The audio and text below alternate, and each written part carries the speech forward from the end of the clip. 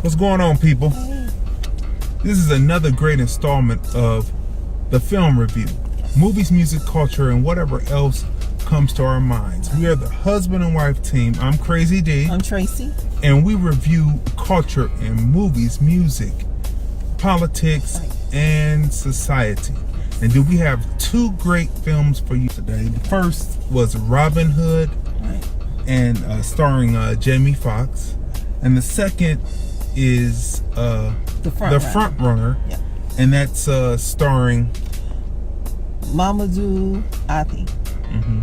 He plays a reporter who asks the Hugh Jackman character who is playing, who's Hugh Jackman playing? Gary Hart. Gary Hart. He asks him a question, and then Gary Hart answers, and this is really the initiating event of the film, and we'll get to that. So we're going to start with the front runner first. So again, we just named the supporting cast member, which is Mamoudou Athie, Hugh Jackman, Molly Eufram, Bill Burr, Caitlin Diver, Sarah Paxton, Vera Mago, Jennifer Landon, J.K. Simmons, Courtney Ford, and Tommy Doo Oliver Cooper.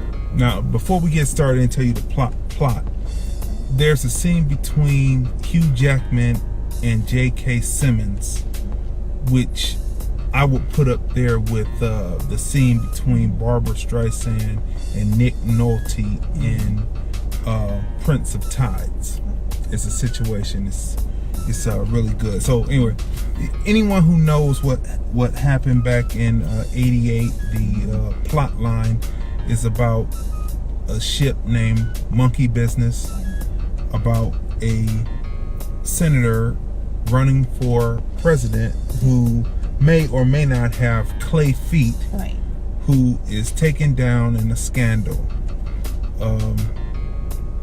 That's pretty much what the plot is about. So Hugh Jackman, who plays again Gary Hart. In '88, Gary Hart was the front runner for the Democrats. He had what you would call today progressive ideas that, you know, moved the people along who were watching, who were interested in him.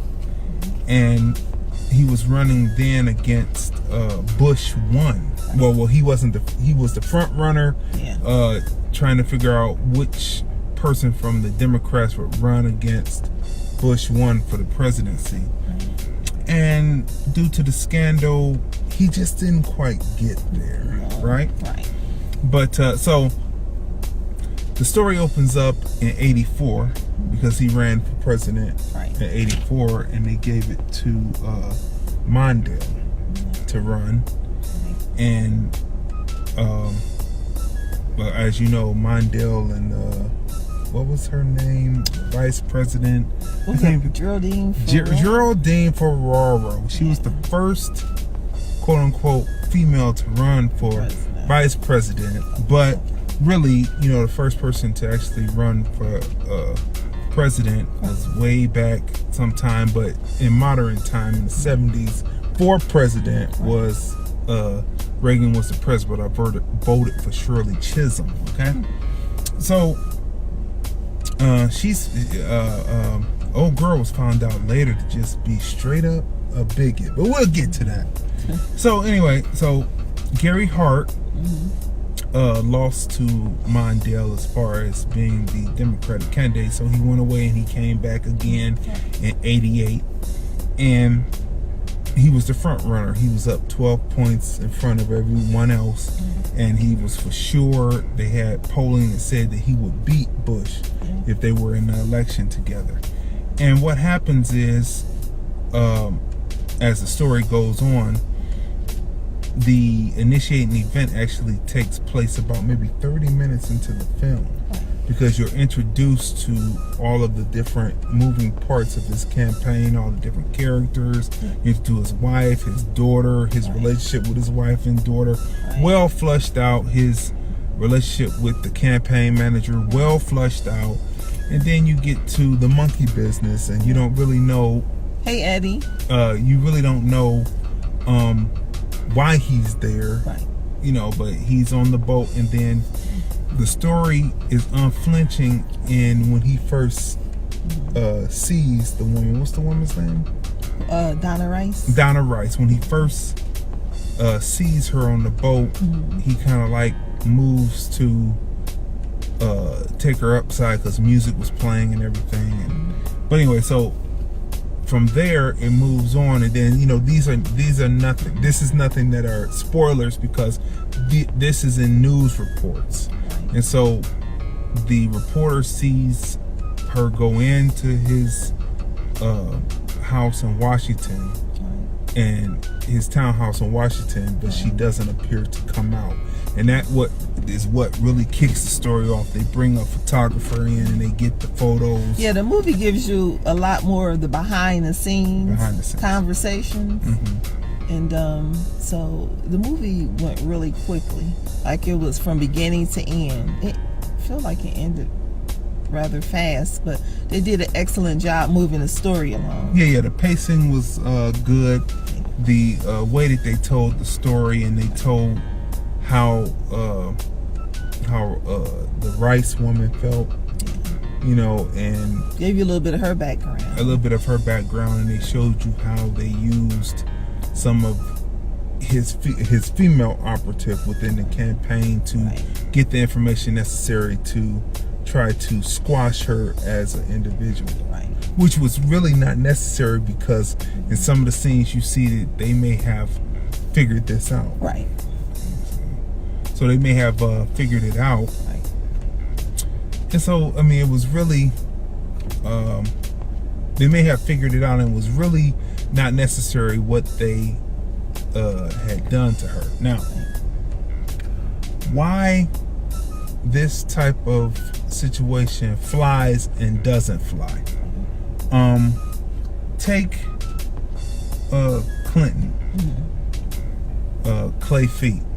Take Bush 1. He was accused of something while he was in the White House already. And you know what he told the media? He said, "We will not talk about that." And that was the end of it. And that was the end. Woo! Bill Clinton stands up and he says, "I did not have," he wanted to show that he was earnest. Not just honest, but earnest. And say, "I did not have sexual relations with that woman." Okay. The Democrats always seem to shoot themselves in the foot. We're going to get into some politics here. The Republicans, they say, from the examples we've seen, they say, we're not going to talk about that. And the media moves on. Democrats, they get pushed and pushed and pushed. They don't say anything. Then when they come out, they feel like they have to be as honest and appear to be as earnest as they can be. And then they sit up there and say something like Clinton did. Now, the Democrats shoot themselves in the foot many times because the type of scandals that happened then, thinking that they were thinking that they could get away with what maybe John F. Kennedy got away with, but they didn't realize that once such a high profile person like Marilyn Monroe was in the picture, that all that would be blown out the water as years went on. So, they were thinking in the 60s model, but this was the 80s. Now we get into the 90s with Clinton, a lot yada yada yada yada yada. Okay, now we're in 2018. In 2016, we would say 2015 because that's when the election was going on. And there was Trump, and they brought out the 12-year-old, talking about the 12-year-old girl that he was in pictures with, that he may have done something with, didn't touch him. Talking about the different women that he may have had extramarital affairs with or one-night stands with, didn't touch him. How did Trump handle that? Trump said, just blew it off. I can do anything and people will elect me. Now, what's funny, they talk about Trump and they say that he's not intelligent, and they say that he's kind of off. But I remember a few years back, he was studying and he was supposed to be a born again Christian. And he wasn't just studying the book just to get information. He studied it and he learned that you're supposed to be forgiven for your sins, right? And so what did the evangelicals do? Put Trump in office. They put Trump in office, and they forgave him of his transgressions. Yeah, they pick and choose. As any quote unquote good Christian should do, they forgave him of his sins. Right. So now that we have had Trump in office, these moral situations should not now dictate what type of person should be elected president. What if the person should be elected president or not? Because Trump has changed that paradigm. There's a paradigm shift forever, and so all that is out the window. However, the Democrats keep shooting themselves in the foot. They had Michael Avenatti, and if you go to my LordlandFilms.com page and you go to the 16:9 blog and you read my writing, my opinion piece on Michael Avenatti from a few months back, I speak on how he was basically the pit bull. He was the attack dog. He was going toe to toe with Trump. That's what they want. That's what they need. Going toe to toe with Trump. And he was bringing out all the different information on Trump, and actually was winning cases with the porn star, and bringing more people up. But then, what did they do? Wait. What did he do? He said that he might be interested in running as a Democrat for president. He should have kept that close to the... Okay. So they asked him, would you be interested? And he kind of went around to different places during that summer to speak at different places. And he said that he would probably be interested in running for the Democrats. Then the story came out about Kavanaugh. And he had a woman that, he had vetted. And this is like right behind each other. All these different things happen. Then the Democrat, one Democrat gets on television and says that, well, we don't know if that's true. The media picks this up and runs with it as if they got their marching orders from the Democrats to basically discredit this person. And all the other times they loved Michael Avenatti. They wanted him on. That's because he wasn't running for president. He didn't say he had any interest in running for president. They wanted him on. They talked. What was the difference? And then the media picked this up, and they gave no time to it. And then when they did, they tried to poke holes in what the woman was saying. Now, I thought the media was about truth, and everything that they were doing beforehand, they were pushing. It was sensational. It was sleazy. They were talking about Trump and sex, and now, because he ran for president, all of a sudden he was not of value anymore. That's what it appeared to be. And now this latest situation that has come up, where they're talking about sending the information over about a domestic abuse situation. They're trying to do that because they know he's interested in running for president, and so. But we can speculate. We can speculate that. But they go and they send it over, and they're saying they're going for a possible misdemeanor. So that will put him out the game as running for possibly running as a Democratic candidate. He shouldn't have said anything. Look how long before Hillary announced she was running for president, she denied it for a long time. And then she when it was time, then she let everyone know she was running for president. Like right now, Michelle Obama's on a book tour, right? And she's saying, I'm not running for president. And she probably shouldn't. But see, the thing about it is Avenatti should have kept that close to the vest.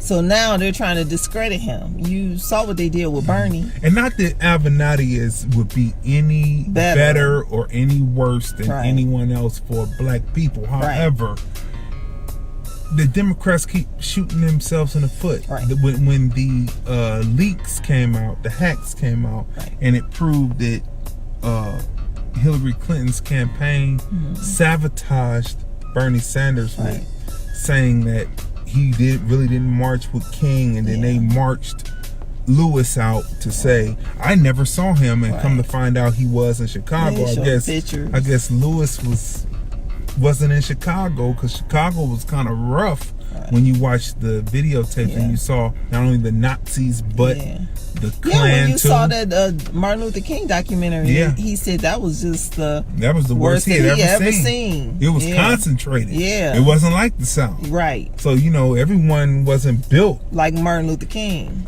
to be there. So so you see these things, and the Democrats are shooting themselves in the foot. And if you can't use or don't want to use people who can win, you shouldn't want it from political ranks. Right?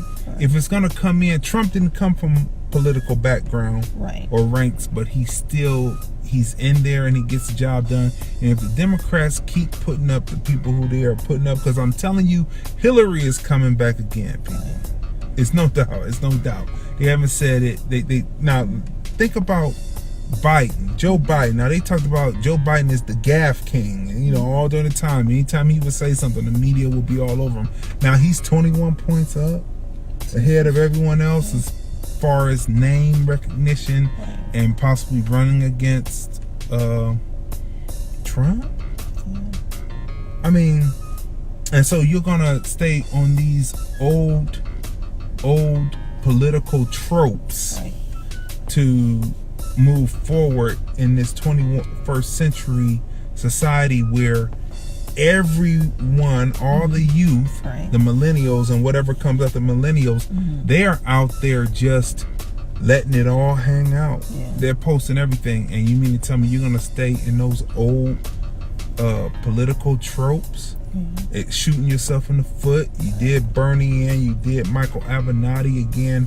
Michael Avenatti, who knows if he would be as good or bad or whatever, but at least he was he'll go toe to toe. We know he would definitely go toe to toe. That's right, and he would be able to get into the mud and let's waddle around with the pig for a while, and then get out and then cook some pork. You know what I mean? I think he would be more so like I like what Eric Holder said when he said they go low, we take them out he knees. Said we take them That's right. So what's going on to Rufus Harrison? He's tuning in.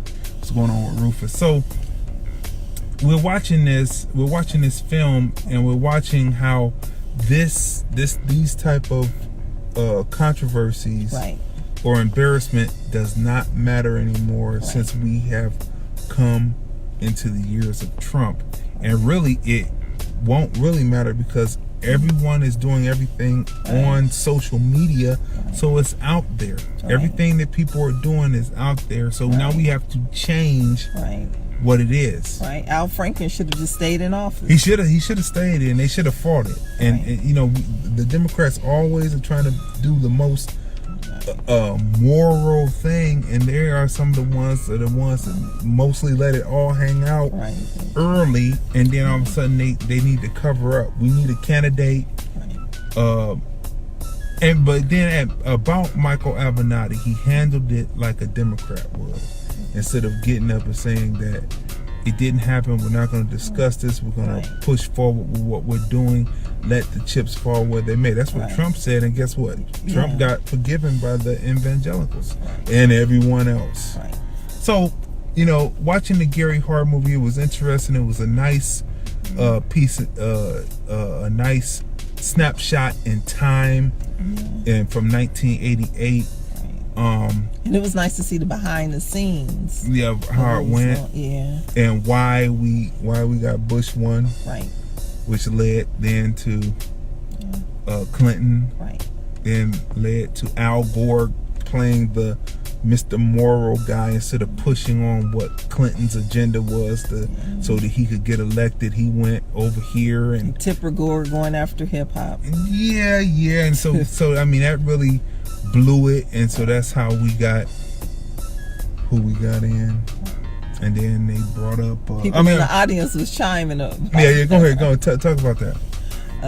There was a scene in the film Front Runner, and they one of Gary Hart's people. No, Gary Hart said it.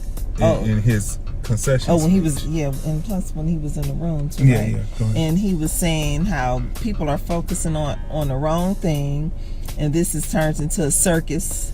And it's these magazines, the newspapers. They're supposed to be credible newspapers, and instead they're like tabloids. And why are they concerned about if I had an affair or not? It should be about the politics. And then he said, if I'm concerned about the future of politics, and if we don't focus on strictly the politics and stay off the tabloid issues, we're going to end up, what did he say? We're going to deserve the candidate that we get. And then a woman in the audience she said, that's true. Yeah. And I mean, it's happening and now. there we have Donald Trump. So what he said way back then, a tabloid type president, we have today, because everybody was just so... And that's what makes Donald Trump so shrewd, is he watched all of that. Right. He watched all of that go down. And remember, Donald Trump was a Democrat, and that lets you know that in the Democratic Party there are still Dixiecrats, right? And we learned that during the Obama years, that the Dixiecrats, some of them wouldn't even admit that they voted for him. They wouldn't admit that they had anything to do with the health care, the ACA. Right. They weren't able to voice or get the messaging across that the ACA, that the Republicans were calling Obamacare, was actually the ACA. And so they're just shooting themselves in the foot, and they're going to shoot themselves in the foot. And if they don't come better, just from this movie, if you go see this movie and you watch what was happening and what they were willing to do and the type of dirt that they were willing to do to the innocent, it opened up the door for what's happening. Trump. That's right. If you watch it today, they're going to shoot themselves in the foot, and Trump will be reelected in 2020. It's crazy. If anyone believes different, they best clean up what they're doing with Avenatti and put him back out there and accept him as a possible candidate, standing up on the stage pushing the issues. So I mean, that's what I say about that. He seems to be the only one that knows how to push Trump's buttons. He's the only one. And right now, because they've crippled him, he can't be out there. Thus, Trump is going full steam ahead. That's the little politics of it. So, as far as storytelling, back to the movie now. As far as the storytelling, the pacing, the initiating event, excellent. The dramatic need, excellent. The acting between the husband and wife, excellent. The acting between the campaign manager and the presidential hopeful, the reporter, the Washington Post reporter. The Washington Post reporter. That's why we named his name first, because he is the one who was on the campaign trail and closest to Gary Hart, to where he would get this quote. And Gary Hart had a little hubris. He was affected by it. And he said, if why do you want to know about personal life? You should just follow me around, and it'll be pretty boring. So go see the film. Definitely go see the film, because the reason he pulled out of the election is going to be, it has had nothing to do with this whole Donna Rice thing. So it's a nice little, I don't want to say twist because it's real life, but once you see the movie, there are twists and turns, isn't it? Well, yeah, but you'll see why he really pulled out of the election once you see this film. Now, there was a story in the media that was on CNN about maybe a month ago, about maybe 3 weeks ago, and the guy, he was dying. He thought he was dying of cancer. He was his campaign manager, and he had got a phone call from the person that was in the Bush campaign who was actually dying of cancer, like maybe a year after everything happened. And he told him that the whole thing about the monkey business and all that was a setup, and that the picture of her, all that was set up. It really didn't happen. And so when he was dying of cancer last year, he thought he was dying of cancer. Gary Hart's campaign manager thought he was dying of cancer last year. He calls Gary Hart and he tells him the truth. Right. You know, and then, you know, the media never really tells you what Gary Hart really said. But of course, I would have been pissed. Right. So the story in the film is based on that it actually happened. And this story came out a month, but it didn't get any traction. Right. So the film gets to stand the way it was. That's like, I hope that the film addresses this. But you know what the film is about? It's much like the Green Book. It's about the marriage of the husband and wife. And everything else is just packed in the middle. But when it comes to these type of films like these, it's like the Green Book was not a civil rights picture. It was about the love between the husband and wife. This is what this film is about. All of the politics in between. It was about the love of a husband and wife, and what's said at the end in postscript is what the whole movie is about. And I was like, is that it? Yeah. Woo. So anyway, so we've been through it. We gave you all that. So what would you rate the film? I would give it a 10. It was good. Yeah, the dialogue was great. The acting was great. I loved seeing the behind the scenes of the politics. It was really good. It was informative. The movie went by rather quickly. It did. It was well paced. It was well paced, and they didn't drag out the ending. Right. And he knew, he seemed as a person to know when the gig was up. Yeah, and it wasn't as clear cut as we thought it would be. Like what were all presented, you know, by the media. Oh, he had an affair with Donna Rice or whatever. Or no, it was a little bit more going on than that.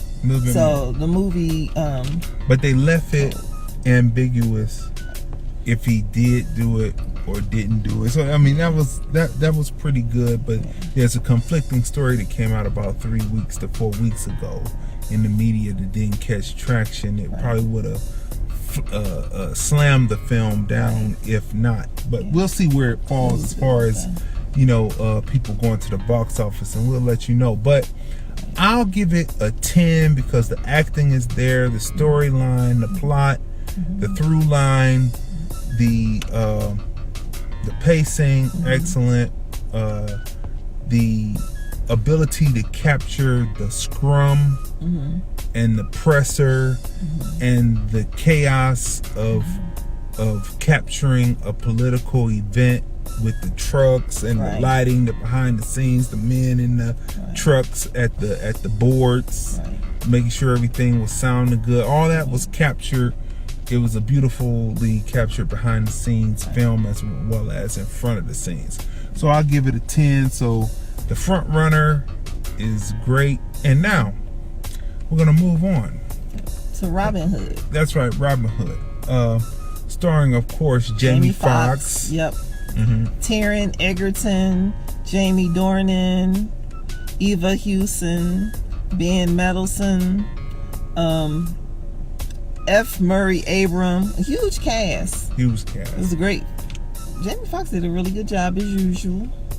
Okay, so much like the front runner, this film deals with a relationship between a man and a woman, and how a woman can derail everything. And that's pretty much like on Nothing But the Facts. I've talked about this, but I'll talk about it again. Along with the Gary Hart film, along with this film, I, as a person, do not play with women. We don't do any hugging. We don't do any of that, all that greeting. I say, why do we have to do all that? I do high five with you.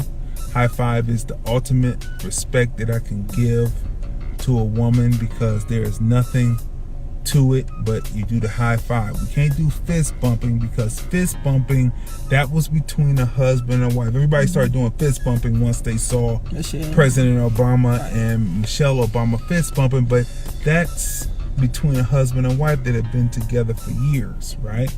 Or the pound is between dudes, handshake, soul brother handshake, soul hug. That's between the brothers. But as far as I'm concerned, when I'm dealing with women, I keep it high five. And I've told that story before about how I kept it high five, and then somehow the woman was like, what the hell? I'm giving you utmost respect, and you're doing it. So this is what the Robin Hood story is really about.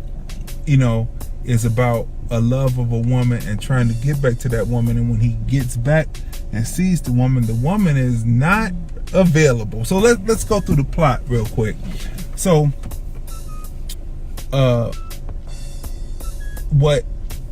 let's talk about the setup of the film. When you first open up the film, I've talked about this before, and we've talked about this before, about how once the Sony hack happened and they came out and said that, well, this is also produced by it's 3 production companies, but one is Hong Kong.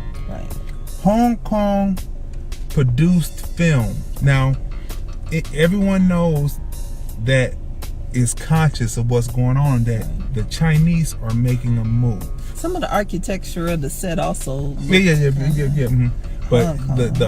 the Chinese are making a move. They're moving over into different countries in Africa. They're moving out of the Chinatowns and such, and moving into regular society in the United States. We're seeing that definitely in Las Vegas.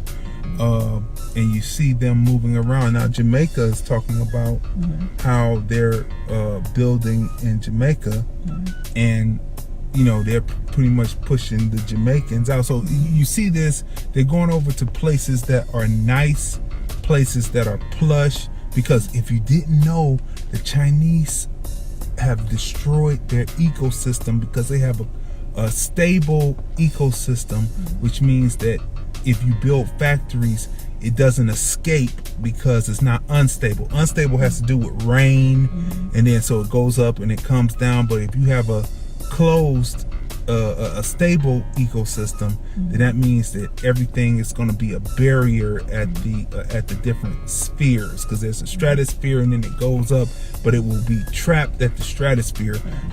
Get some geography under your belt, you'll figure that out. There's longitude, latitude, and altitude. So you figure that out. But anyway, so that was just a quick lesson there. There's a lot of, because of the poor atmosphere, smoke, and a lot of them have to wear the mask. They wear the mask because they have a stable ecosystem that traps that in instead of letting it escape out.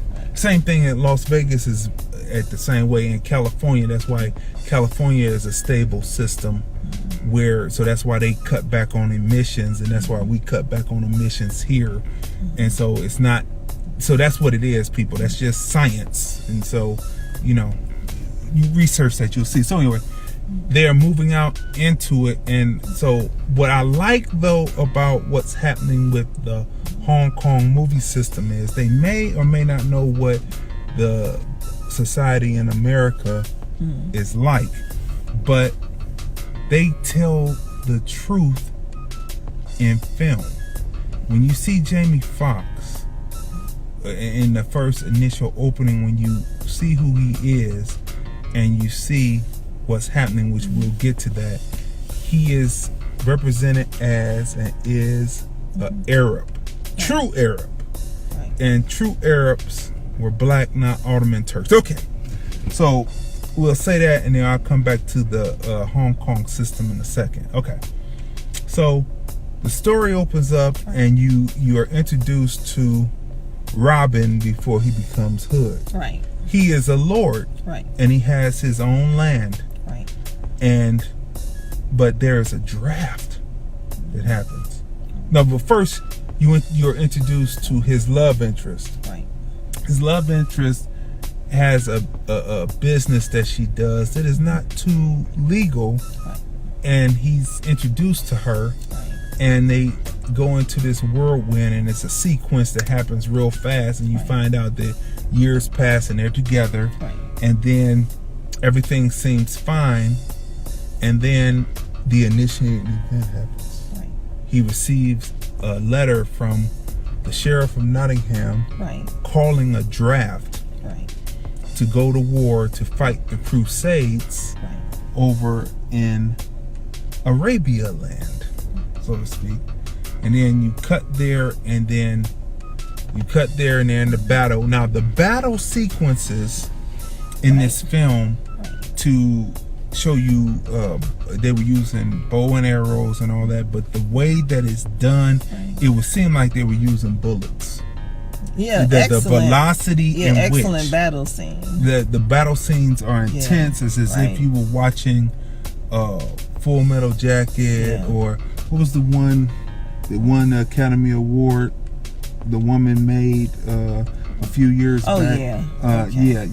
But you know, it's battle sequences, they're on point, and then you're introduced to Jamie Foxx's character. Then Jamie Foxx has a dramatic need, and an initiating event happens. So we're not going to tell. No, I'm not going to tell that. But there's an initiating event that happens with him, and thus that causes him to travel, and that's what we'll say for that. And that kicks off. So you see two initiating events, so they're co-equal on the screen, and you find out about it. Now, anyone who knows Robin Hood, you know, you've seen Robin Hood, Earl Flynn, Men in Tights, the comedy. This is none of that. This is a war picture, a war love picture. And it's about the love of a woman and how a woman can bring things down. So as you go through, not bring things down. Well, it's true. A certain type of woman can bring things down. That's why it just be like, hey, high five. You know what I mean? So look, you're introduced to the sheriff of Nottingham, and it seems like what he's doing, though it's squeezing out the people, is on the up and up until you're introduced to the Archbishop, and then the story goes on for there. But this story is not only a story about the love of a woman and a man and trying to get back to that woman, but it's also a political piece. It's using what's happening today to leave a message with the audience about what's going on today, about the haves and the have-nots. That's exactly what this picture is. And there are certain truths. So go ahead. Okay. There are certain truths that are told in the story again, which we get back to who are the true Arabs, who are the true people who were actually there at the time that King Solomon and all that, which he's not in the picture, but you see who's who and what's going on. And there's the relationship between Jamie Foxx's character and Robin Hood, which is John. His name is John. Would you just call him? He's the one. He trains Robin Hood. He trains Robin Hood. You've seen that in the trailer, so that's no spoiler there. John, he's Little John. That's what he was. I thought that he would be Friar Tuck, but we find out there is a Friar Tuck already in the town. But this movie, because it comes from partly produced by a Hong Kong studio, it puts you in the framework of the training to make Robin into Robin Hood, like a classic kung fu flick. It's exactly the same thing. And the architecture also.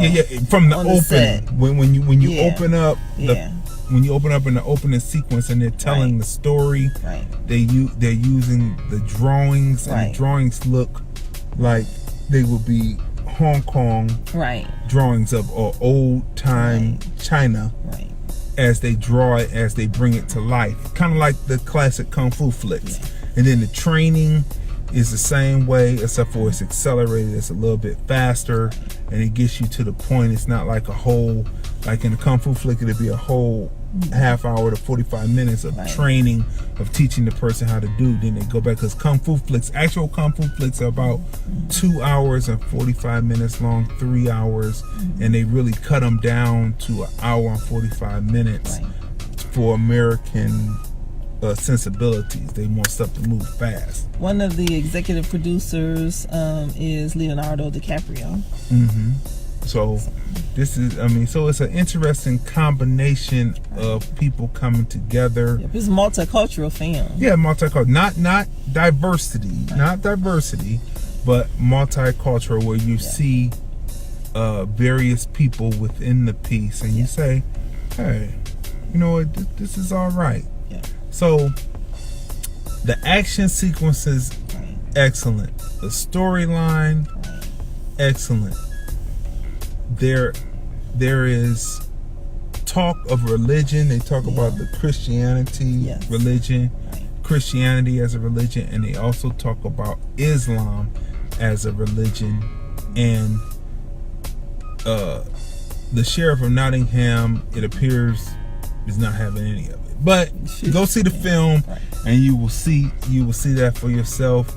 But it's a lot of truth thrown into the film, and if you say, wow, they're throwing truth, but they say, what difference does it make, because we're taking everything over, and so we can throw the truth in there, but it's not gonna make a difference, right? But it's a really good film. Yeah, really good film. Yep, really good. So that's pretty much about it. The storyline, there is a scene in there between the sheriff of Nottingham and the John character played by Jamie Foxx. Jamie Foxx, where they have captured Jamie Foxx, and the sheriff of Nottingham talks about Jamie Foxx's son, which we won't go into details because you have to see the film.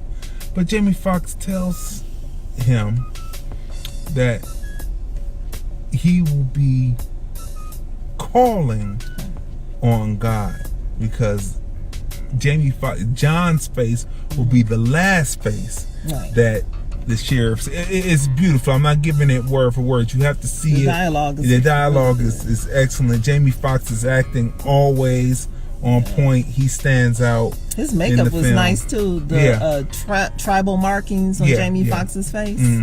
Kind of puts you in the same tribal markings as in Black Panther. Yep, exactly. Yeah. A Killmonger. Yep. Except for it was across the. So I say there's a lot of truths being put into Jamie these films. Foxx's character was a beast. He was great fighting. He was the trainer as well as the thinker in the film. He was the very organizer. Very intelligent. That's right. Really, really good. So, so we've been through that. So what would you rate the film? A 10. Yeah, I rated a 10 too, because like what we went through and what we said. So did you notice, people, that we have on the black with the white letter, the film review t-shirt, soon to be up on lordlandfilms.com. Make sure you order it so you support us, and so you support watching the film review. You know what I mean? And more to come. This is now the 31st episode of the film. We are moving through these, people. You can hear them on SoundCloud, the film review. You can see them on Vimeo and YouTube, and you see them first run here before I do all the magic and put the titling in and the music and stuff. You get to see it here on live stream on Facebook. So, all the archives are there. So we bring it to you live. We leave the theater. And we bring it right to you live.